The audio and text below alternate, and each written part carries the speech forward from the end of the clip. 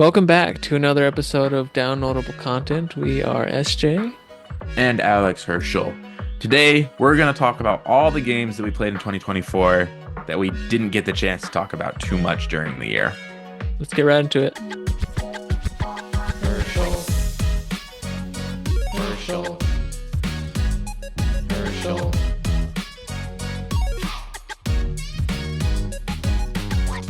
All right, Alex.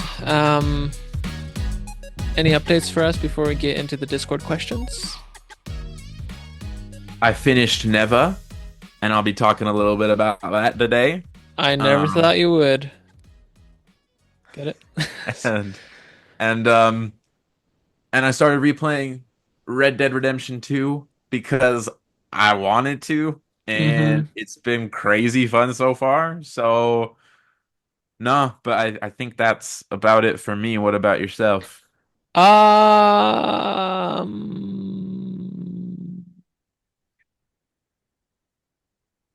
Not really, except for what I already have planned to talk about in this episode. So, Okay, cool. well, let me read off our first audience question. This one comes from Qualthorn. By the way, we did a episode with him recently, so if you have not checked that out, please do. He's a very cool guy. He asks, I got a TCG Pocket related question. I want to hear some speculation on Johto Gym Leader support cards and Elite Four. I got some ideas. So for context, he was talking about the new Pokemon trading card game app that is on iOS and Android. So his idea is Whitney. So the Whitney card would heal Miltank to full HP. And then the Claire card would draw Kingdra from your deck. Kingdra makes makes Kingdra a pseudo one stage evolution at least when it comes to finding the card. I see. Very cool ideas, and I think those would be pretty balanced in my opinion. I think the Whitney card would have to, for it to be good at all, the Miltank card would have to be good, you know? But and I love Kingdra. That's one of my two favorite Pokemon of all time. So, and the other one is Melodic. But did you have? I think you had some ideas, right? Well, yeah, first off, I want to say that I think it's unfortunate that they don't do Elite Four trainer cards. Because I think the Elite Four designs tend to be better than a lot of the gym leaders, especially in Johto. Mm-hmm. Just gonna throw that out there before I go. Mm-hmm. But for me, I think the biggest thing is that there's a couple ones that come immediately to mind. Morty, because I love ghost type Pokemon. And you have Sabrina, because Ghost and Psychic are kind of the same thing in the card game, right? But Mm-hmm. um I think one that's not just I like the cards that are more based to like the types themselves. So like for example, like the Giovanni card is like really useful and stuff, but it has Mm-hmm. nothing to do with the fact that he's a ground type gym leader. So I don't really like that a whole lot. Um so I would like, and Sabrina kind of the same thing, right? Like she doesn't do something specific to her Pokemon. It's just switch out, your opponent's Pokemon. So I would Mm-hmm. love to have a ghost type card that's more directly related to ghost type Pokemon. Mm. Um, as far as ideas, I mean the ghost types so far are just the Gengar line, right? I mean, I guess there's That's the only actual ghost type in the yeah. game. Yeah. I mean, Um, it's a part of Psychic, like you said, but yeah. like so I would, obviously something associated with that line. So I don't really have ideas, but I want ghost type one, and I really, really want a dark type one because I love my dark type deck. Mm-hmm. Um, so I mean, again, you have you have Koga and stuff, and I guess there aren't really any true dark type Pokemon in the game yet since dark type was, I don't know. Anyway, so I don't really have a whole lot of Sure. specific ideas, but make the trainer cards specific to the types, please, because I don't like the general ones. I think they're lame. I actually like the I like that we have a mix of both. Because like, Oh, of course you because do. Sabrina, for example, and Giovanni, like, it makes those cards useful in other decks. You know, it's not Hmm. like, oh, well, if you run a fighting deck, then you're always gonna have this card and whatnot. And it's okay to have those every now and then. Like every water type deck is gonna have a Misty in there. But I like the mix of both. But my idea, um, oh man, I was just thinking about this before we started recording, and now I'm losing it. Oh yes, I know. I got to represent my boy Faulkner because he's a Birdman and I'm a Birdman and I like that. Um, I was wondering if there's some way to kind of like buff the Pidgeot line and maybe it could work like um so in the original card game, there's a breeder card. And if you use the breeder card, it allows you to go from a basic Pokemon to a stage 2 Pokemon at once. You can skip the stage 1 evolution. Um, so if they plan on having a breeder card in the future in TCG Pocket, then this wouldn't make sense. But if that is not going to be a thing, then it would be cool to be able to have Faulkner's ability go from like a Pidgey, straight to the stage 2 evolution in one turn by using Faulkner. Um, and and that Pokemon is I know it in Japanese, but I always forget. Is the final evolution one Pidgeot? Uh-huh. Okay, it is. Okay, so Pidgeot is really cool because it's basically Sabrina but a Pokemon, and you can do it every turn. So like being able to have that early on in the battle can can really make a big difference, and I think it would put that Pidgeot line kind of up and more on par with like the meta decks. Hmm. Nice. But yeah, Nice. It's a good idea. Um, is that all on that one? Are we ready to move to our next question? yeah, I'm good with the next one. Okay.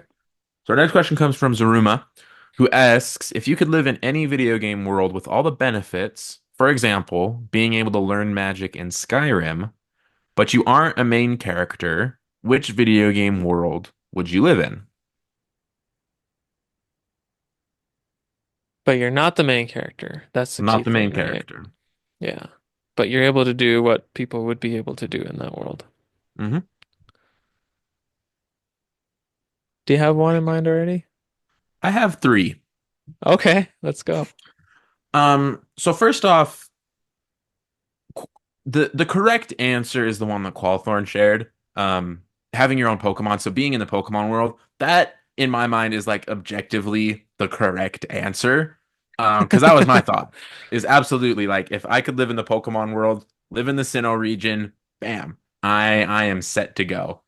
Because everyone has Pokemon in the Pokemon world. You don't have to be a Pokemon trainer seeking to become a Pokemon master. No, like you can just be a normal dude that just has these awesome animal friends and they're sick and they're cool and it'd be fun. Yeah.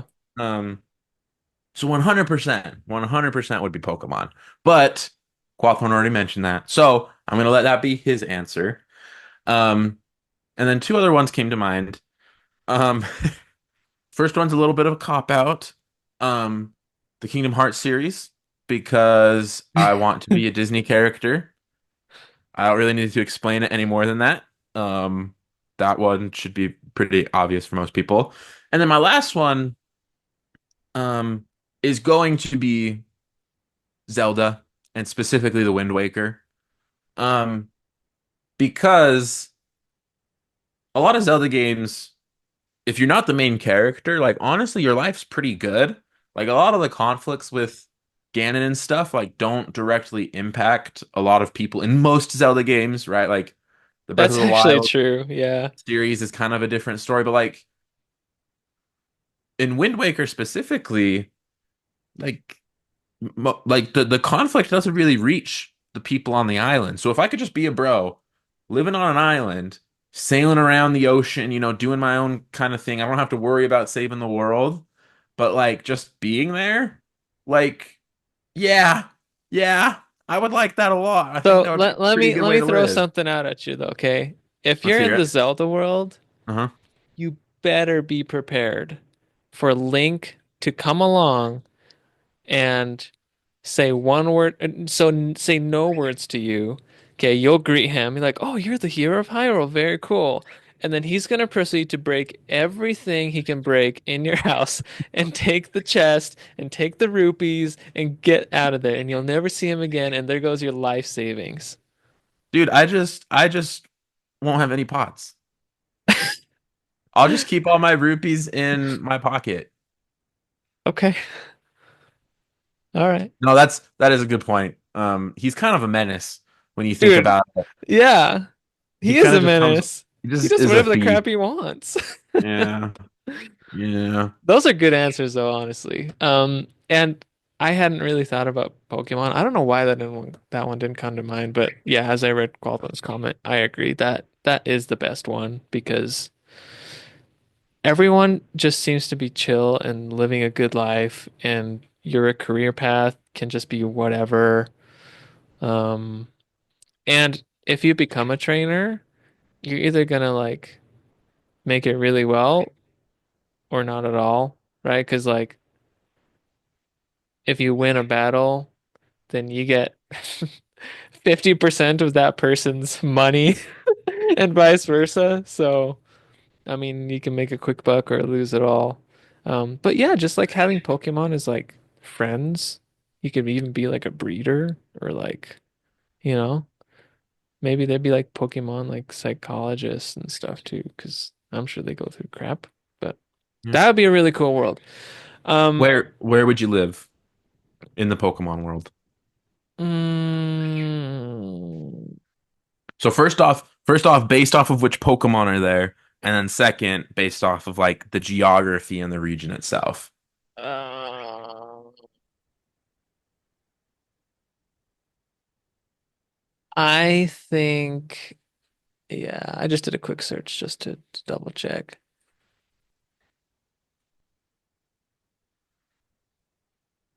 I think I would live in the Hoenn region.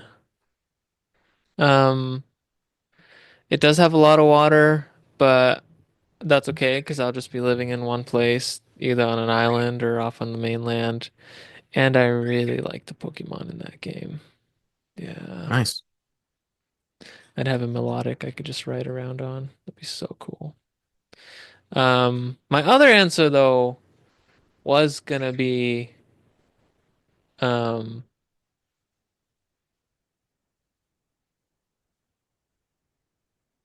Skyrim. I don't know, maybe not though, because you could have some vampires show up in town and you just get killed out of nowhere or something, right? I think Pokemon is the answer. Yeah, sorry, I don't got anything else. No, like I said, like I think objectively that is the That's the correct correct answer. answer. Yeah, yeah, I agree. Because even think about like the craziest evil teams, like most citizens don't get impacted by what happens, like what they do. Right, Like in right. Sinnoh, the team blows up a city. I'm pretty sure that happens in a couple other games as well. But like for the most part, like everyone just kind of vibes, does their own thing. They don't run into any problems. Mm-hmm. It's great. And everybody is happy, dude. Everybody is happy except for the bad guys. Yeah. So, Yep. Yep. dude, it'd be so cool to be a gym leader. Can you imagine that? In fact, yeah, I would want to do that. I'd want to be a gym leader. That'd be so fun. Would you be a water type or a flying type? Or I know Um, you really like water type Pokemon, but you are like I the know bird man. I You am a are one bird with the man. birds. My problem, dude, with bird Pokemon, why can't they just give us a straight flying type Pokemon? I don't want flying normal. I don't want flying fighting. I just want flying. Okay? I don't want to be like pseudo weak to fighting Pokemon because my defense is low and I've got normal in there. Yeah. Um, so I would be a water type gym leader. Yeah, for sure. There you go. Yep. Um, all right. Well, games we didn't get to talk about. Do you want me to start? Or do you want Yeah, to go? let's How just go many, with how you. many, okay, all right. First one is Vampire Survivors. So this was one of the first game I got for Steam Deck, and I've mentioned it before, but I haven't really talked about it. So, I haven't like finished the game because I haven't like 100%ed it, but finishing Vampire Survivors is like finishing Tetris, right? It's a really good, just relax, sit down, chill, and there's still some exciting moments, and you start to figure out some of the secrets and unlocks, and so many characters, so many weapons to choose from. Um, it's just fun and arcadey and really nice. Don't let the fact that the art style looks like, is from 100 years ago fool you. That's part of the charm, and the gameplay is so good. So I just want to say, if you have a Switch or a Steam Deck and you haven't tried that game, um, I 100% recommend it. It's really There you fun. go. Yep. There you go. The first one for me is Blanc. I played this back at the beginning of the year. Um, it's the fox and the deer game in black and white that looks like a old school comic strip. Yeah, the one we were supposed to play together but didn't. Yeah, that one. You want to know the worst part? What? Liv and I played it through in one sitting. It takes like 2.5 hours. Super short, super Oh, doable. dang. So we definitely could have played it together at many points throughout the year. That's right, though. Your wife takes Um, precedence. no, so it was fun. I don't have a whole lot to say about it. There's the re this is one of those games that I didn't talk about a whole lot because I don't have a whole lot to say about it. The art style is definitely the most charming part. Um, but it's a good little game to pick up and play through once. So Mm-hmm. if you can get it for like dirt cheap, I would recommend it. Um, but yeah, that's about what I've got for that. Gotcha. Okay. Well, my next one is Halo Infinite, and I've brought this game up before, but I just want to say that um, I'm a little sad that the game is kind of dead. Um, and honestly, I'm not like a super huge like competitive multiplayer guy, so I was so happy when they released a classic Halo mode called Firefight, where you're teaming up with three other guys and you're fighting, waves of enemies. And you can do that with like random people online, but it's really the most fun when you're playing with the boys. So, and I don't have anyone to play this game with. Literally nobody plays this game. So I'm just kind of sad because it's fun to like play through the campaign co-op with somebody. That's a good time. It's fun to play the firefight mode together with somebody. It's just a fun pastime. But because I don't have anyone to play it with, I just it's just kind of died off. So that's that. So if you play Halo Infinite and wanna do some co-op with me, let me know. Nice. Nice. The next one for me is Spiritfarer. Picked this up, was playing it, enjoying it. Um, Only problem is that it's like a management game, right? So it's kind of like a Stardew Valley or a Animal Crossing. Um, Problem for me though, I it's not a bad game. It's just something that is not something that I would ever sit down and be like, okay, I'm gonna play through this and not play anything else. Just because the gameplay loop itself is not quite because it's repetitive, right? It's a management game, so you're doing the same things, but the things that you do are not quite as satisfying or interesting as what you do in those other games. Hmm. So it's hard for me to play such a repetitive game um, when it's not as rewarding as other games in the genre. And I know that that seems kind of silly because most games are repetitive, like by design, or they have a gameplay loop. Um, and Spiritfarer has such a charming art style and stuff, but it just um, doesn't have enough to keep me hooked to play through it at all. I do plan to go back to it at some point, but it's gonna be something that takes, a good long while for me to get through because it'll never be something that I'll sit down and play for more than a couple sessions before moving on to something else. Mm, that is rough. I know you were excited for that one, so kind of sorry to hear that. Yeah. My next one is Blade and Sorcery. This is a VR game, and if you have PC VR or Meta Quest VR, I recommend this game. Um, this might be my favorite VR game so far. Um, it's hard to compare that with Skyrim VR with mods because then that starts to get really close to what you can do in Blade and Sorcery. But Blade and Sorcery, um, it's really cool because like there's so many like physics-based interactions. So if you need to open a door by pushing up a lever, you can do that by your hand with your hand. You can use telekinesis to do it, or you can pick up an object or your sword and physically push it up, you know? So like the combat system in the whole world is based on physics, which makes it really unique. Um and just your combat options and what you're able to do in it is just leagues beyond most other like combat VR games. So you have like kind of think like um I don't know, if you can do it in Lord of the Rings, you can do it in Blade and Sorcery pretty much. Like you've got lightning magic, fire magic, there's like gravity magic, and then there's like different you can kind of mix and match the different magic together too. You've got bow and arrow, which is super satisfying. You've got, big claymores and swords and shields and daggers and all this kind of stuff. And you can like pick your play style and play through it. And I mentioned this because before this game used to be on beta for years, and it was still really good in beta. And it was basically just an open sandbox where you can just play around in arenas and spawn enemies and stuff. But now they have an actual campaign mode with like actual progression, like RPG style progression. So like you go through like a little mini dungeon or an enemy fort or something, and then you get rewards at the end.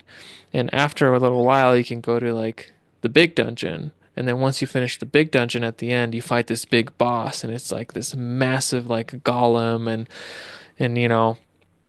it's so cool because like it's got weak points all over its body, and you can Hmm. choose to try to shoot them off with an arrow or physically climb the guy yourself and try to like stab it with the sword before you get flung off and whatnot. Um, and then anyway, at the end of the dungeon, you get a this like crystal, and then that crystal helps you unlock um one of the new one of the magic abilities. And then so as you go along and repeat the gameplay loop is you're going through these dungeons and getting upgrades and you're making your magic abilities more and more powerful. And it's so fun, dude. It's so much fun. Whenever I have like a if I have like a couple hours to spare, this has kind of been my go-to for the last week or so. Nice. Yeah. Nice. No, that sounds way cool. Like that's the type of game that I would want to play in VR for sure. Nice.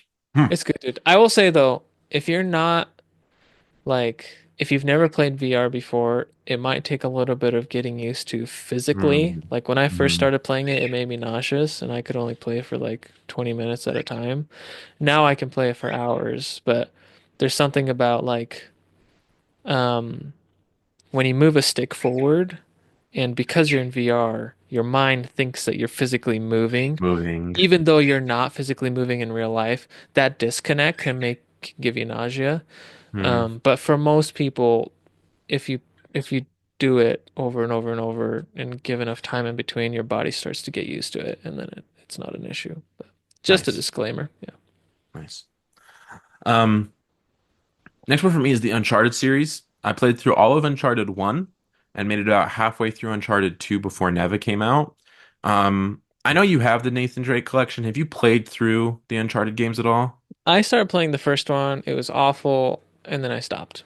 That was it. I have one, two, and three, the collection. Yeah, the first one's crazy outdated. It Dude, is. Oh my gosh, yeah. I It's a could chore to get through. I couldn't do Um, it. yeah, the second one's way better. Still a little outdated, but a little bit better. Okay. Well, a lot bit better because I'm enjoying the second one way more. Um, Did you actually get through the first one? yeah, I played it all. Oh, okay. Um, there's some weird stuff that goes on near the end, man. Like some Really? weird zombie mutated animals show up out of nowhere, even though the game's been like fairly realistic throughout. Well, all human-based stuff up until then. All of a sudden, there's like these crazy failed experiment mutation people that show up and What the start heck? mauling you. Yeah, a little weird, a little weird. Um, but no, so played through both of those. I'm the reason I'm playing through them is that I really want to play Uncharted 4, but I can't play the last game in the series without like having an appreciation for where we've come, you know? Mm-hmm. Mm-hmm. So. But like I said, Neva came out, which interrupted my playing of the second one, and then I wanted to play Red Dead Redemption. So, um, still gonna go back and play through the second and third one so that I can eventually play Uncharted 4. But yeah, for the meantime, like I can see why it was such a big franchise. For the 2000s era, I can see why it was a big deal. Mm-hmm. But yeah, that's kind of where I've left it for now. Okay. Um, I won't go into this one, but I'll just give a quick shout out to Control since I'm still working on that game. But I've already talked about it before, so nothing new to add today. But Rivals of Aether 2, I have mentioned this on the podcast, but I just want to say that again that it's a really really good game. And this is the game that I've been playing consistently with friends, specifically Zaruma. Um, we've been playing this a lot, and um, it's great because it's so the first game I think it was a little there's quite a bit of a learning curve if you're coming from Smash. So like Rivals of Aether is a Smash clone, right? The first one, you couldn't grab ledge and you didn't have shields.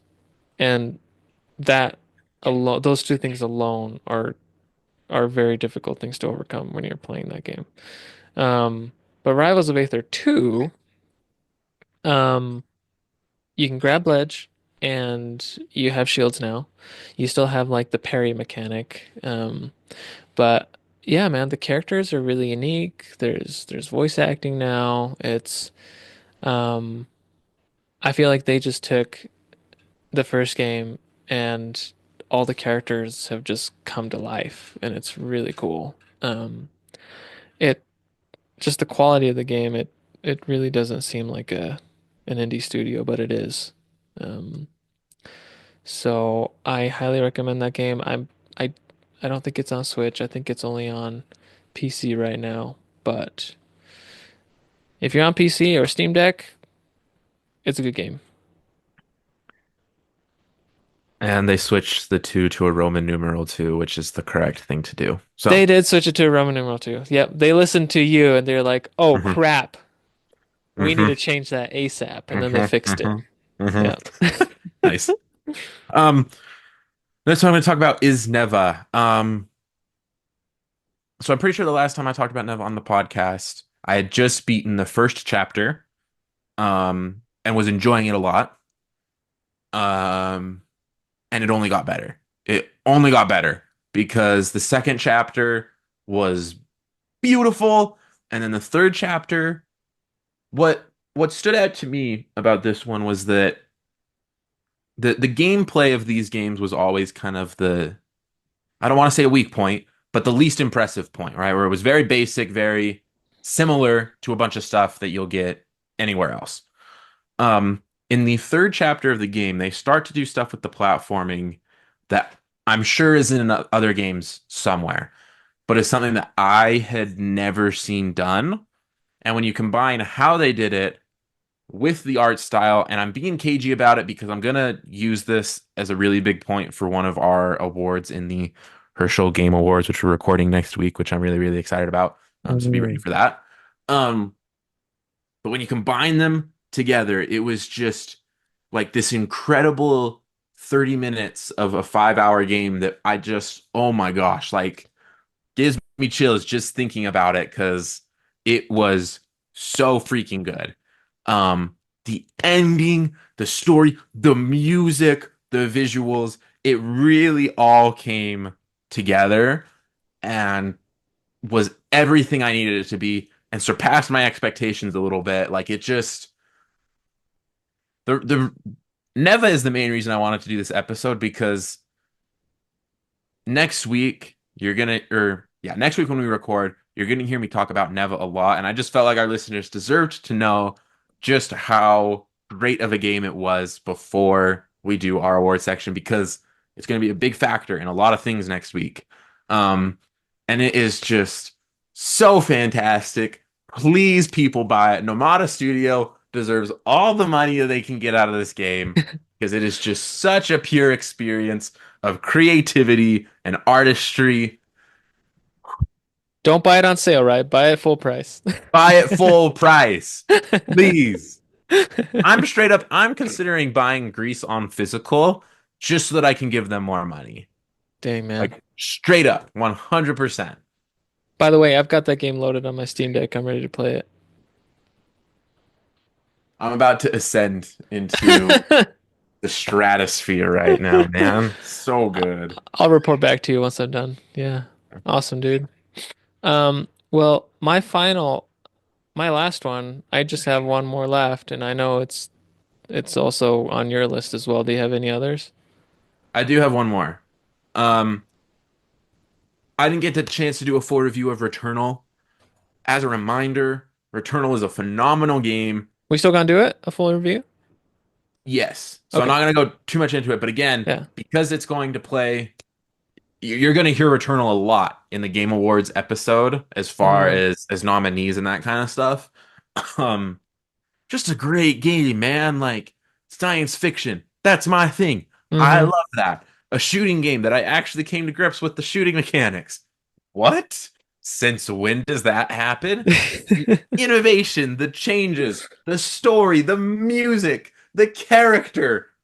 I say character because there's really only one character and then a whole bunch of monsters that you fight. But dude, dude, such a good game. And we definitely need to get around to a full review so that I can go into full depth on why I enjoyed it so much. Because you know that I oftentimes get really excited for games, and then because I get really excited, I get disappointed by them, right? There have been quite a few of those since we Mm-hmm. started this podcast. Um, and like I said, one of the main reasons I wanted a PS5 was so that I could play Returnal. And dude, I knew I was right to want a PS5 because Returnal is 100% worth it. It is on PC. If any of you PC gamers are interested, you don't have a PS5. Full recommendation. It's a roguelike, pretty difficult, can get pretty frustrating depending on how some things go, but totally worth it for the satisfaction of overcoming the challenges because it is a phenomenal game.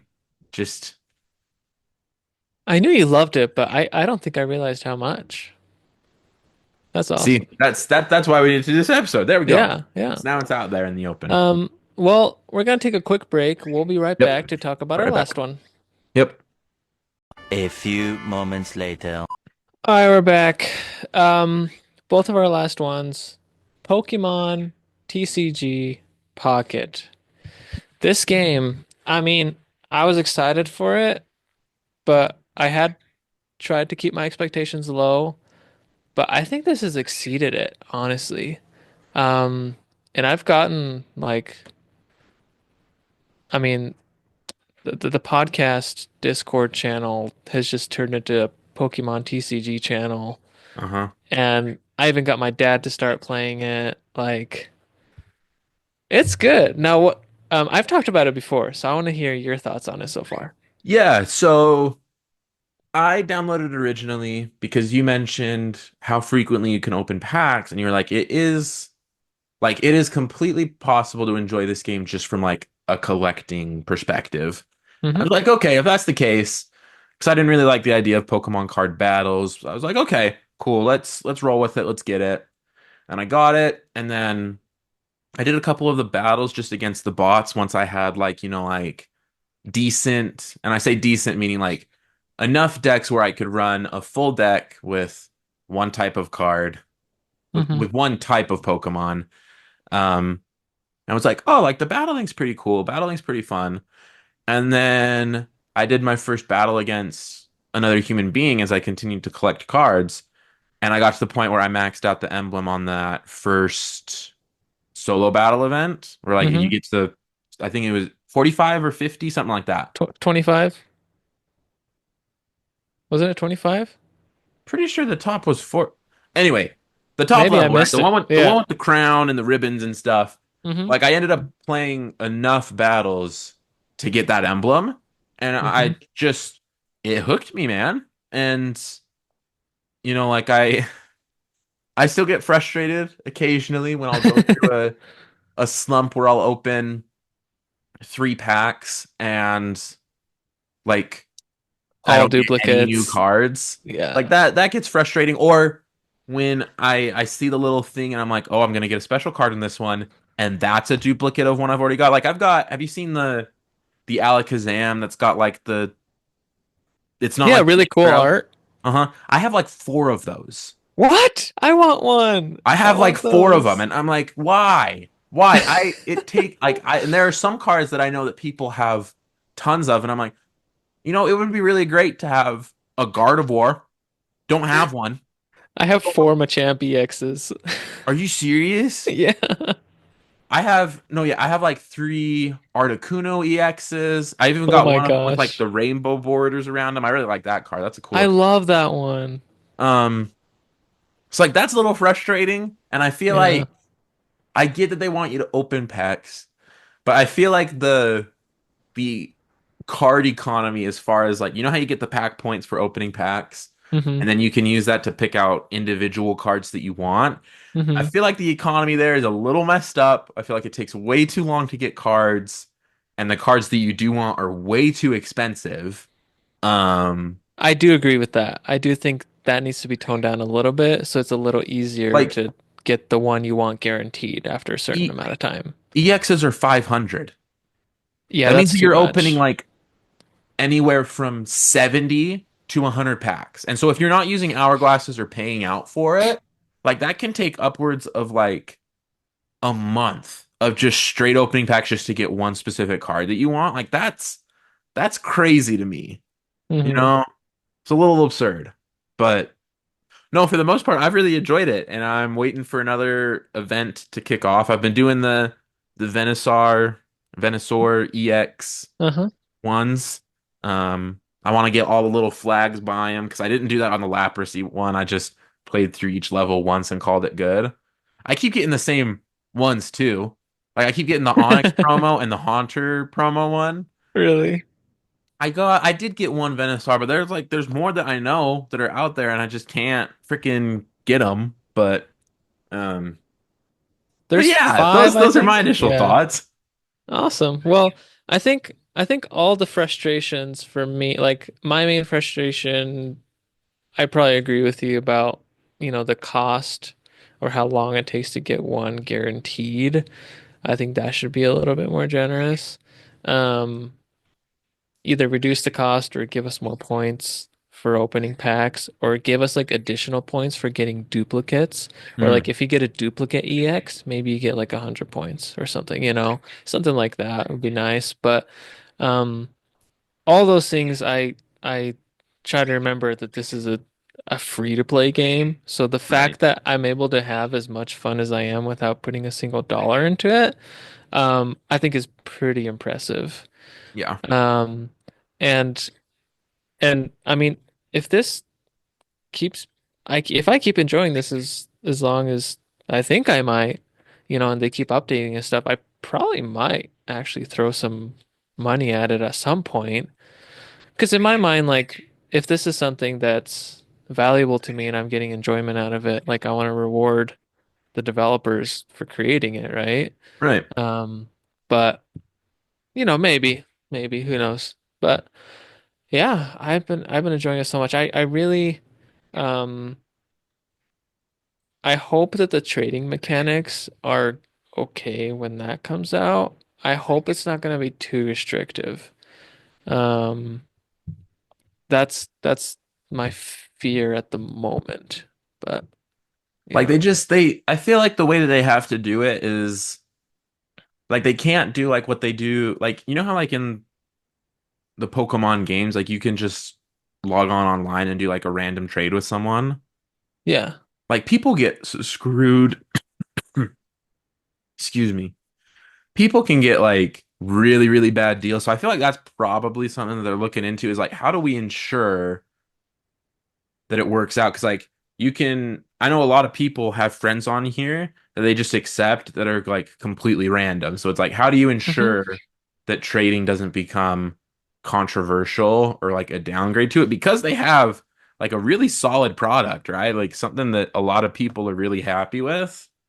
So as long as they're able to like create a system where you don't get rough ends of deals, then I think that would be I think that's what they're working on. And then hopefully it'll come out and it'll be great because I will happily trade you some stuff for some of those duplicates it sounds like you have. So Oh yes. And I think I'm sure they're gonna make sure that it's not abusable. So like I'm sure you can't just trade any card for anything for no resources because otherwise people could create like second accounts on a different device, keep re-rolling until they get the card they want and then trade it to their main account, you know?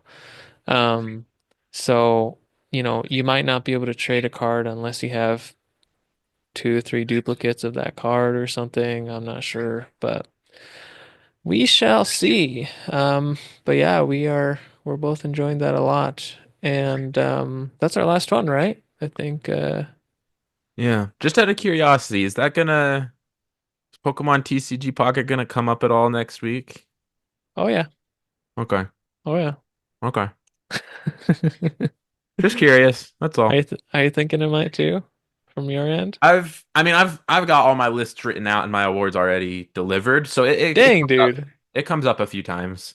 Dude, you know how I feel about the Game of the Year episodes. They're Man, you do literally my so much favorite. prep work for Game Awards. Like I I need to do that. I get so excited. Like yeah.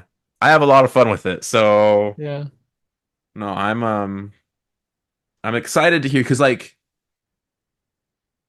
last year, so the first year we did it, I had no idea what your Game of the Year was gonna be. Um Hmm. Last year, I went into it about 80% sure I knew what it was going to be. And then Hmm. if it wasn't that, I knew what the other option was. So it was like a pretty clear race Yeah, yeah, yeah. between two games. This year, I have no idea what you have. I have no idea. Like there are like a handful that I'm like, it could be this, it could be this, it could be something that I've not seen coming. There's a lot of potential. So That's true. There's no clear winner this year. And it'll be a difficult choice no matter which one I pick, I think. yeah.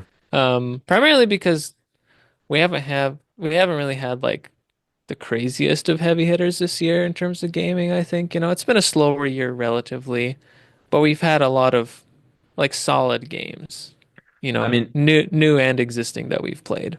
I think Pokemon TCG and Neva are the only games that came out this year that I've played. I think every other game on my list is a game that had been out already for a while. Wait, I gotta look now. Um, one, two, two games that came out this year. Yeah, for me. Every other game has been around. Yeah. Awesome. All right. Well, ladies and gentlemen, please get ready for the Game Awards. A lot of you have sent in your Game of the Year, like to us, and we'll give you shout outs for those too, and we'll mention them. But if you haven't, feel free to post those. The easiest place, actually, don't post it in the Discord. Send it to us directly, either Hmm. through email or text or IM or whatever. Um, yeah, we are excited. Okay. Um, we have our hang on, I want to make sure I'm not forgetting something. That's some notes here. Okay, yeah, we're good. Thank you to our Patreon supporters. We have the Down to Earth Parakeets, Noah, and Jay Maurer, and Nicholas. And then we also have our Down to Earth Cockatiels, who are Matthew, Tyler, and Joshua. You guys are the best, and we'll see you in the next one. See you then.